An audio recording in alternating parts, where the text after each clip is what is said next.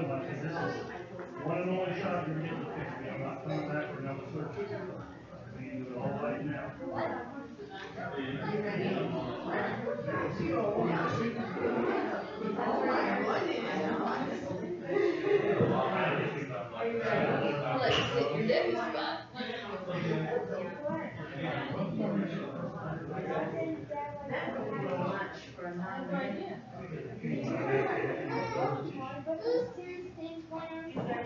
I knew it.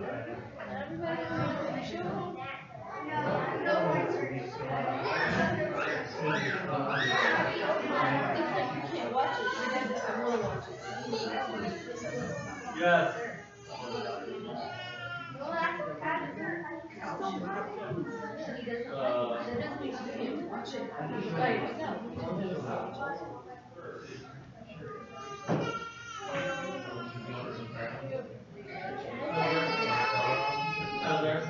Yours is already cooked, right?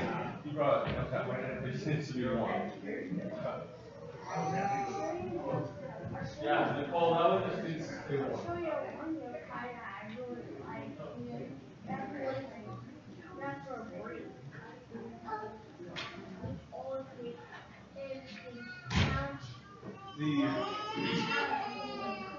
The title of my sermon today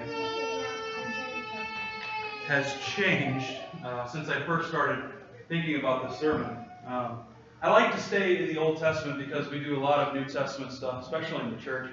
We like to live in the New Testament. I mean, it's, Jesus lives there, so why don't Christians live there? But a lot of times we forget about the Old Testament, and so me, who is a New Testament Pauline kind of guy, I love to stay in the Pauline epistles, the letters, because there's a beautiful, beautiful writing. There's beautiful stuff in there. But me needing to branch out has started to embrace the Old Testament a lot. The boys and I have been going through, we've started in Genesis, and right now we're in Leviticus.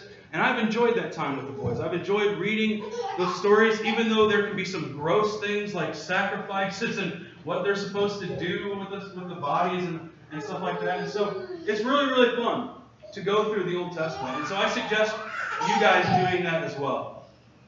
Today we're going to be in 1 Samuel chapter 14. So if you want to turn there with me, that'd be awesome. And so today we're going to talk about the unfair life of Jonathan, son of King Saul. When I flash this word up here, which I guess I can do, unfair, what does that mean to you guys? What does unfair mean to you? Zach, what does it mean?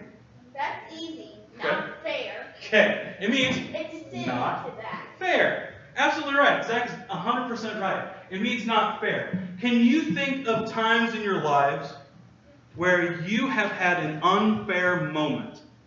For instance, just this morning, I had Chris read Matthew chapter 5, verses 28 through 38.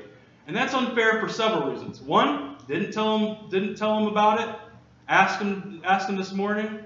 Didn't tell him exactly what he was going to read. And so when you listen today, and it was like, wait, we're talking about adultery, we're talking about divorce, what are we talking about today? Well, the reality is we're not talking about anything that Chris read this morning. And so that was unfair of me to say, hey Chris, can you read this scripture that has nothing to do with anything that we're going to talk about today? Well, the reality it does, because when you look at those things that Jesus says about divorce and about adultery, you may look at those, if you're looking at them from the world's eyes, as saying, that's unfair. How dare Jesus say I can't ever get a divorce, or I can't ever look at a beautiful woman or a handsome man? How dare he say that? That is so unfair. I'm sure we can all tell stories about unfairness in our lives. One other story that probably the biggest unfair thing that has happened to me is that before I came here, I ministered at a church in Williamsville. And we began the process of saying, the leaders came to me and said, Jeremy, you're our guy. We want you to be the youth minister. And then apparently a couple of the elders and deacons got together and started talking and saying, no, we don't want him anymore. And so Kendra and I sat through a meeting with a brand new elder who we thought wasn't a good person to begin with. And we sat there and listened to them say, Jeremy, we're no longer going to go forward with your application. The fact is, I was doing ministry since I was 19. I was in my 20s at this time. And I had given my life, my time. They didn't pay me. I was giving of my time to do the youth ministry. And so when they came to me and said, Jeremy, we don't want you anymore, at that point in time, we thought that was the most unfair thing that had ever happened. The reality is, in those unfair times, God is working.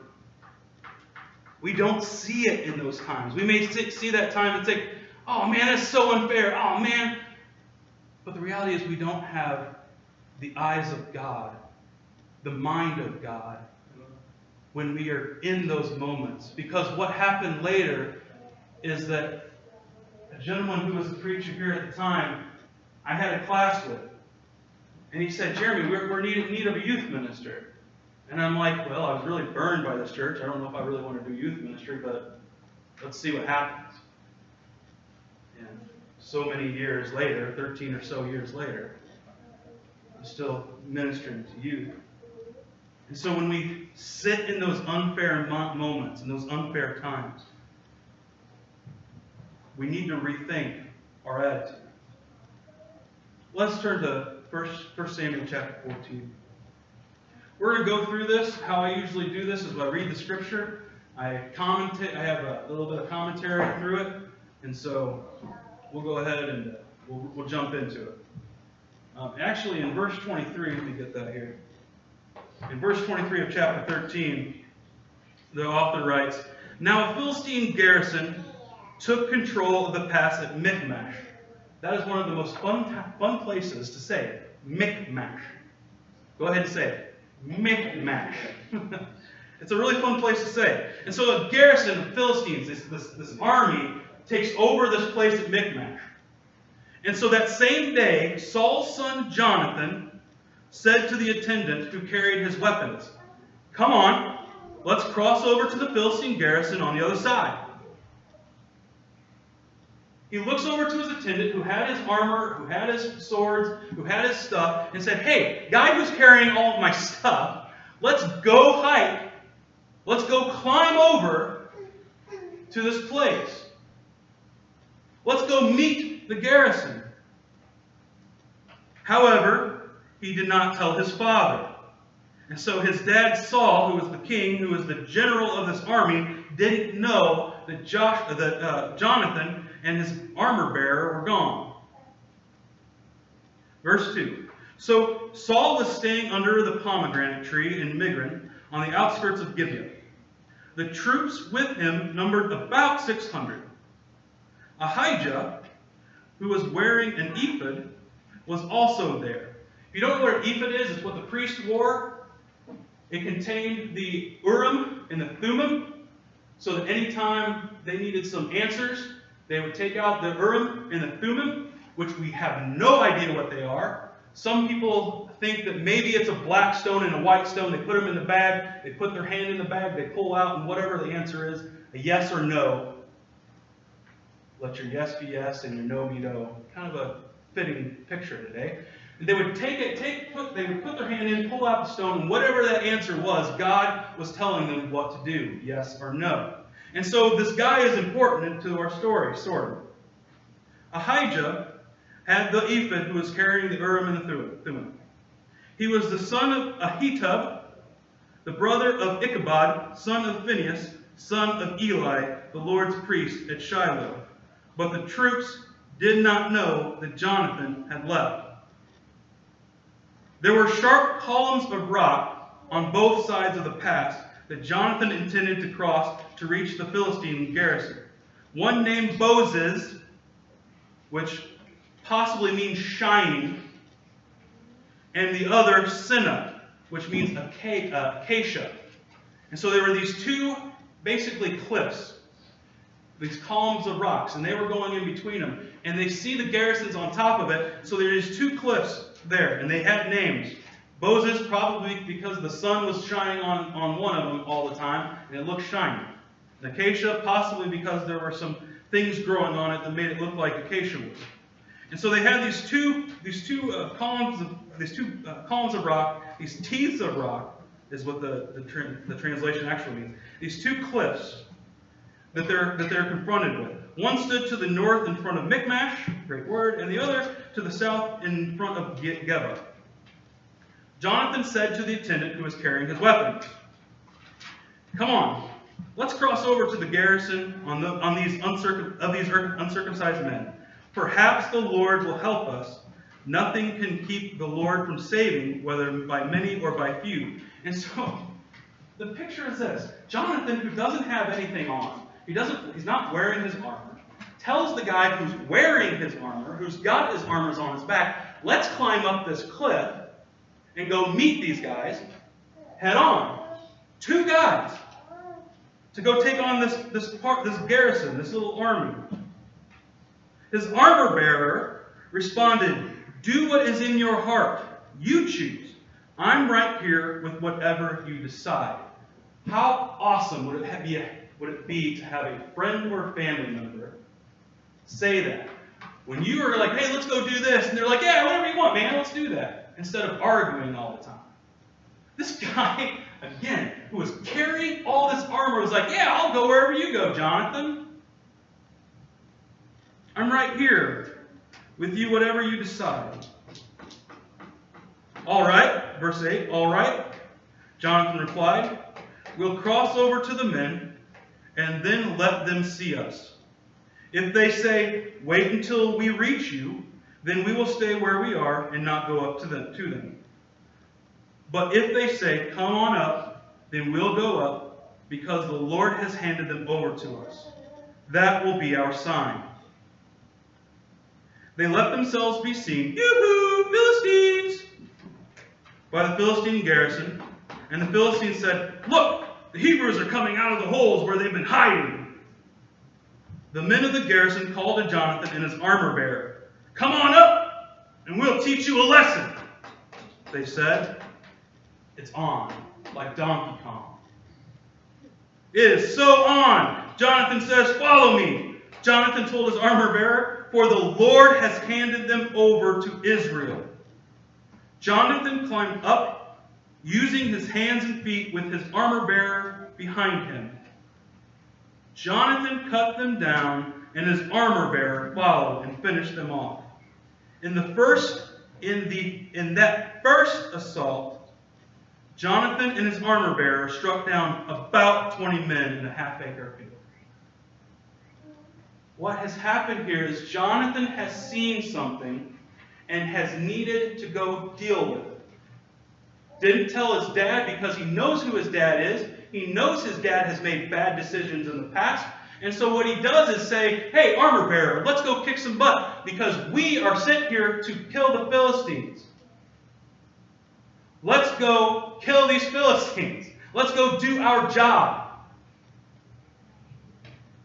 And so Jonathan goes up, starts climbing up. The armor bearer with everything starts climbing up the cliff. And Jonathan is striking people down, and the armor bearer is killing them. Man, this is a great day to be Jonathan, isn't it? It's a great day to say, "I killed 20 men, and now we're going to kill more."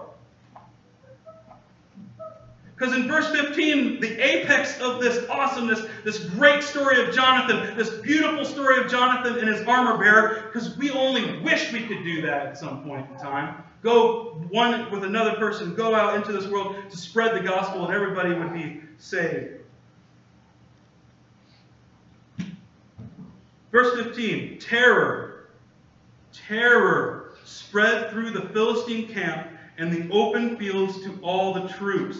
Even the garrison and the raiding parties were terrified because Jonathan and his armor bearer, 2 guys, killed 20 men. And to make matters worse, God is so with Jonathan right now that he shook the earth. The earth shook and terror spread from God. Jonathan did his job. He was the leader of an army. He was tired. of seeing his dad just say, oh, let's wait, let's decide later. No, Jonathan saw what needed to be done, and he did it. Didn't ask questions. He may have asked his armor bearer a couple times, but his armor bearer is so loyal that he's deciding to go with him. And what happens? Jonathan kills 20 people. Terror spreads through the whole Philistine army, and God shakes the earth. What would happen if we did what God asked us to do? The whole earth would shake. Verse 16. When Saul's watchmen in Gibeah of Benjamin looked, they saw the panicked troops scattering in every direction. So Saul said to the troops with him, call the roll and determine who has left us. They called the roll and saw that Jonathan and his armor bearer were gone. Saul knew something was up. He knew somebody was down there. So Saul, in verse 18, we get to a point where I disagree with what is written here. Anybody have the NIV open right now and read verse 18 for me?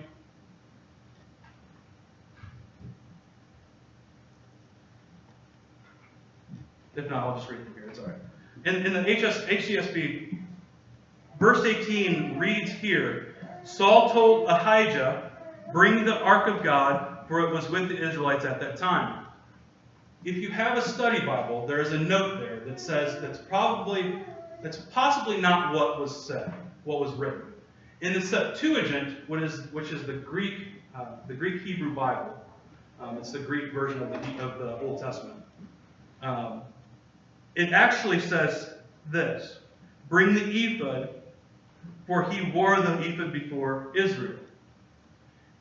I personally like that translation because what we've already established is this priest had the ephod, he had the Urim and the Thummim, so all Saul really wanted, not the ark, he wanted to bring the ephod so he could pull out the Urim and Thummim and decide whether or not he should go attack. And not bring the ark, which is way down the road, which is in another part of the place. Why would Saul tell the people to go get the ark in another town and bring it here? It would take too much time. Saul's a dummy, but he's not that dumb. And so my interpretation is what the Septuagint has, is that Saul called over the priest and said, hey, pull the Urim and Thummim out of your pocket. Let's get down to brass tacks. Let's see if we need to go down there and fight. So that's a note on verse 18. It was just something interesting I found while studying. While Saul spoke to the priest, the panic in the Philistine camp increased in intensity. So Saul said to the priest, stop what you're doing. Essentially, get your hands, stop doing stuff with your hands. Okay. Verse 20. Saul and all the troops with him assembled and marched to battle. And there the Philistines were fighting against each other in great confusion. We have the Philistines fighting Philistines. Could you imagine Saul getting there and being like, do we even need to be here? I have these 600 guys. We don't need to be here. They're fighting each other, killing each other. Why do we have to be here? Not only, this is such a great text, not only are the Philistines fighting each other. Verse 21, there were Hebrews from the area who had gone earlier into the camp to join the Philistines, but even they joined the Israelites who were with Saul and Jonathan. Philistines are fighting Philistines. Traitors are fighting the Philistines. Verse 22, when all the Israelite men who had been hiding in the hill country of Ephraim heard that the Philistines were fleeing, they also joined Saul and Jonathan in the battle. Philistines were fighting Philistines, traitors were fighting Philistines, and cowards were fighting Philistines. This huge army of 600 people, and those three groups of people were starting fighting the Philistines. In verse 23, so the Lord saved Israel that day. The battle extended beyond Beth-aven, and the men of Israel were worn out that day. I can imagine. You were fighting this whole day. They were so worn out from physical fighting. However, Saul, the not-so-smart leader, had placed the troops under an oath. The man who eats food before evening, before I have taken vengeance on my enemy, is cursed. So none of the troops tasted any food.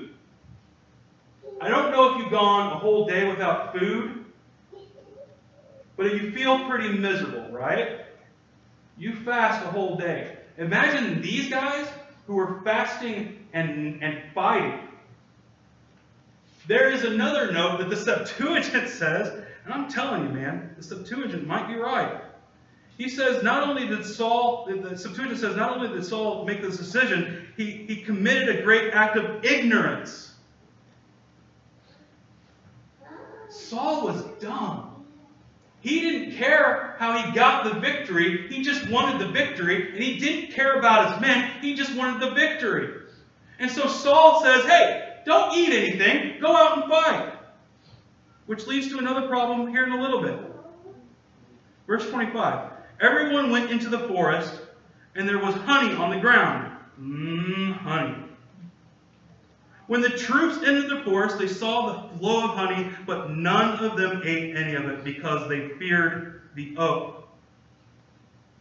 However, Jonathan had not heard his father make the troops swear the oath. He reached out with the end of the staff he was carrying and dipped it into the honeycomb. When he ate the honey, he had renewed energy. Duh.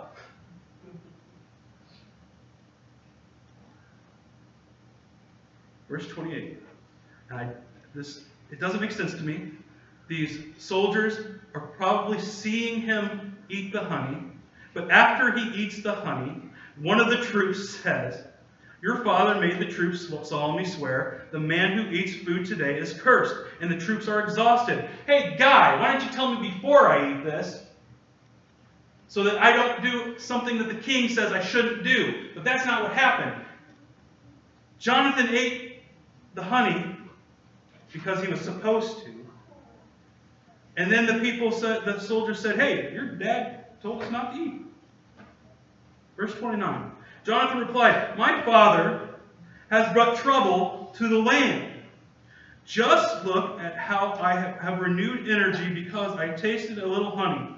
How much better if the troops had eaten freely today from the plunder they took from their enemies. Then the slaughter of the Philistines would have been much greater. He's basically saying, my dad's a dummy. We were supposed to be doing this job that God has called us to do. And he told you guys not to eat? We would have been able to do our job so much more efficiently, so much better, if we would just have a piece of meat or honey. But that's not where it stops. Saul's bad idea doesn't stop there. It doesn't end there. The Israelites struck down the Philistines that day from Michmash, all the way of Aijalon. Since the Israelites were completely exhausted, they rushed to the plunder, took sheep, cattle, and calves, slaughtered them on the ground, and ate meat with blood in it, still in it. They were not supposed to do that. You see, they had eating restrictions. They were not supposed to eat food with blood in it. But they were so famished from the fighting that they just stopped thinking and did it. Then some snitches, some reported to Saul, look, the troops are sinning against the Lord by eating meat with blood still in it. Saul said, you have been unfaithful. Roll a large stone over here at once. He then said, go among the troops and say to them, each man must bring me his ox or his sheep, do the slaughtering here, and then you can eat. Don't sin against the Lord by eating meat with blood in it. So every one of the troops brought his ox that night and slaughtered it there. Then Saul built an altar to the Lord. It was the first time he had built an altar to the Lord. Another no-no. Verse 36. Saul said, let's go down after the Philistines tonight and plunder them until morning. Don't let even one remain. The troops say, do whatever you want, whatever pleases you. But the priest, rolling back and saying, hey, wait. We need to consult God here first. We've been fighting this whole time. We have sinned because of what we ate. We need to make sure that this is okay by God right now. And so Saul inquired of God, should I go after the Philistines? Will you hand them over to Israel? But God did not answer him that day. Something was wrong. Something was very, very wrong. God's presence wasn't felt.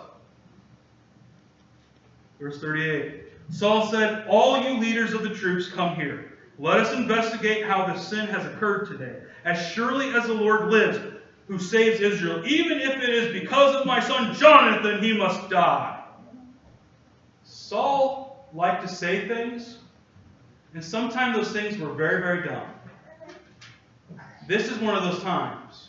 Because I'm sure he's thinking, the troops caused the problem. They were the ones who sinned. They were the ones who were eating the animals with the blood in it. So I'm going to protect Jonathan and say this.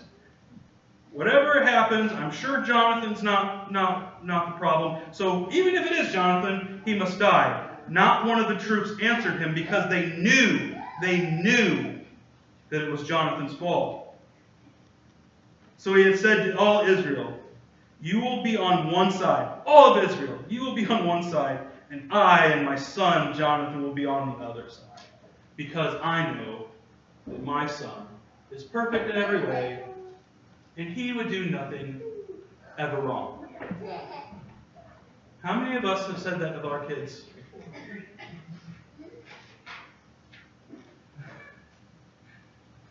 My kid would never do anything wrong. It's not me or Jonathan. It must be all you guys. And the troops said, do whatever you want. So Saul said to the Lord, God of Israel, give us the right decision. Jonathan and Saul were selected, and the troops were cleared of the charge. And I could imagine Saul being there like, uh-oh. I know I set up that altar. Maybe it's me. Maybe I shouldn't have done that. Then Saul said, cast the lot between me and my son Jonathan, and Jonathan was selected. Saul commanded him, tell me what you did. Jonathan told him, I tasted a little honey with the end of the staff I was carrying. I am ready to die. Another piece of character of Jonathan, is he was willing to take the punishment for doing something that he was supposed to be told not to do. Saul declared to him, may God punish me and do so severely if you do not die, Jonathan. But the people said to Saul, must Jonathan die, who accomplished such a great deliverance for Israel? No, as the Lord lives, not a hair of his head will fall to the ground, for he worked with God's help today. So the people redeemed Jonathan, and he did not die. Then Saul gave up the pursuit of the Philistines, and the Philistines returned to their territory. In this passage, there's a lot in it. I like to preach long texts because it makes sense to preach long texts in these ways. Yeah, that's right. In this text, we see the unfair life of Jonathan. We see that it was unfair for him and his armor bearer to go off and fight without the army. Saul was making bad decision after bad decision after bad decision, so much so that not everybody had weapons. You see, they used to go to the Philistines. In chapter 13, it says they used to go to the Philistines to sharpen their weapons. That was a dumb and bad idea because the Philistines were rotten people that they were going to have to kill. So now they had no people to sharpen their weapons. And so now the army had blunt objects to try to kill this whole army with. And so Jonathan decides, hey, let's go kill this garrison, and let's do our job. And so it was unfair of Jonathan to have to go put the first foot forward to fight this battle. The other unfair thing is no food. Jonathan said it. We read it. Jonathan said that was no fair for us to have no food. That was so unfair. And not only that, is he gets in trouble for being sensible. And I believe God allows this because he knows what the Israelite army knows. The Israelite army knows that Jonathan did what he needed to do, and he was right. And so God allowed this to happen. So Saul should have seen this and realized how dumb he was for doing some of the things he did.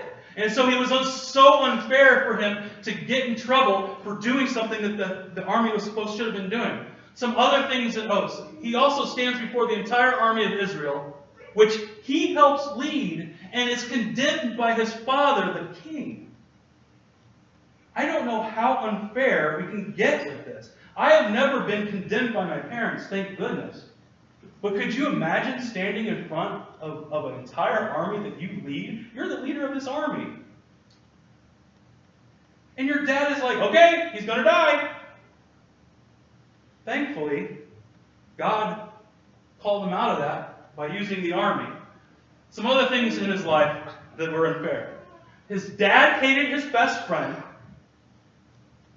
His dad chucked a spear in his head just for mentioning said best friend's name. There was a conversation between Saul and Jonathan that basically ended up with Jonathan, because Jonathan's like, hey, Dad, you really don't like, or Jonathan says, Dad, you don't really hate David, do you? And he picks up a spear, chucks it at his son's head, and then Jonathan gets it. Oh, he does hate David. That's a great story too. Again, the Old Testament is a great, great place for get some great stories. So those are some things. He had to smuggle his best friend away from his father, and he should have been king. Saul was the first king of Israel, and Jonathan should have been king. But what had happened was Saul was ordered to go kill the Amalekites. Saul did not listen to God. Therefore, God said, okay, you're no longer king, David is. Could you imagine that? Giving up your birthright like that? Having God taken away from you? Jonathan should have been so angry at God, so mad at God for taking away something that was his. But the reality is, he didn't care because he saw what God was, who God was, and that God was so more awesome than being king. Unfair. It's so unfair. When we look at the life of Jonathan, we can see that life is unfair. When we look at our own lives, we can see that our lives can be unfair. But the reality is, what we might call unfair, God might call character building. What we deem unfair, God deems fair for His glory. Our God is more awesome than our unfairness. Our God is more awesome than the things that we may think are better. And so when we look at Scripture, when we look at our own lives, we have to realize that our God will do what He needs to do because He needs to do it. And what He wants to do is save all of mankind. And what He did was save all of mankind. And now what we have to do is accept Jesus as Lord. And if we don't accept Jesus as Lord, then we're going to end up in a place that wasn't necessarily meant for us. It was meant for disobedience. It was meant for a disobedient fallen angel. It was meant for those who sinned. That's fair. What is fair is that we all go to hell. And I hate saying that. Because the reality is, when we look at what happened in the garden, and that our sin, like the picture earlier, our sin caused Jesus to come into this world to die, to give His blood, that's unfair. That's unfair.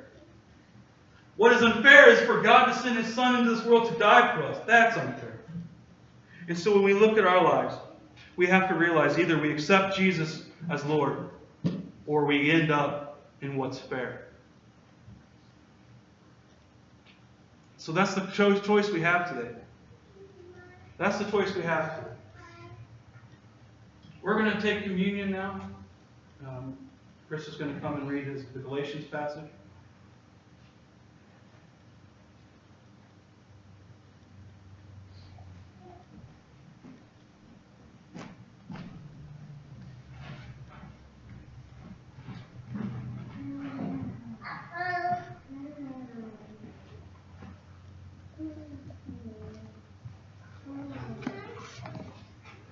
Galatians 3, we had taken, I think, 2 weeks off of Galatians, and I didn't know why at the time. I just wanted to transition right from the sermons right into communion. But I think I understand now why. Galatians 3:15 through 20 says this. Brothers, I'm using a human illustration. No one sets aside even a human covenant that has been ratified or makes additions to it. Once it is set, it is set. Now the promises were spoken to Abraham and to his seed. It does not say and to seeds, as though referring to many, but and to your seed, referring to one who is Christ. Thousands of years ago, God made a promise to Abraham. He said, Abraham, your descendant, your offspring, the one who will come in the fullness of time, he has all of the promises, all of the blessings, all of the grace. And I say this, the law which came 430 years later does not revoke a covenant that was previously ratified by God. God made a promise to bless every single nation through Abraham and his descendant. 430 years later, the law came, and the law served as a mirror to show us that we are not good, that our children are not good, that we sin against the God. The righteous man sins against God 7 times a day. And I say this, it does not revoke a covenant that was previously ratified by God so as to cancel the promise. Yes, we are sinners, but that does not negate God's promise. He was going to find a way to bless the nations. For if the inheritance is from the law, it is no longer from the promise, but God granted it to Abraham through the promise. Why the law then? It was added because of transgressions, until the seed to whom the promise was made would come. The law was ordered through angels by means of a mediator. Now a mediator is not for just one person, but God is one. The law came to show us our sin, but Christ came to speak in our defense. When he hung upon the cross, and he said, "It is finished," he was making an argument, a legal argument, that said, I know they all stand condemned, but I say it is finished. I paid their price. I paid for their sins. They are free. Everyone who comes to me is free. For now and forevermore. So when we take this, Scripture says, Jesus says, this is my body. This is my blood broken and poured out for you as a sign of the new covenant. Christians, when you come and take today, understand what you're partaking in. You are partaking in a covenant, a deal between you and God that rests all on Christ's shoulders, because you can't add anything to it. Because what would be fair is for Christ to have got down from that cross. But he stayed and paid a price. This morning, come and take, remembering that Christ has bought you with his sacrifice. Come as you're ready.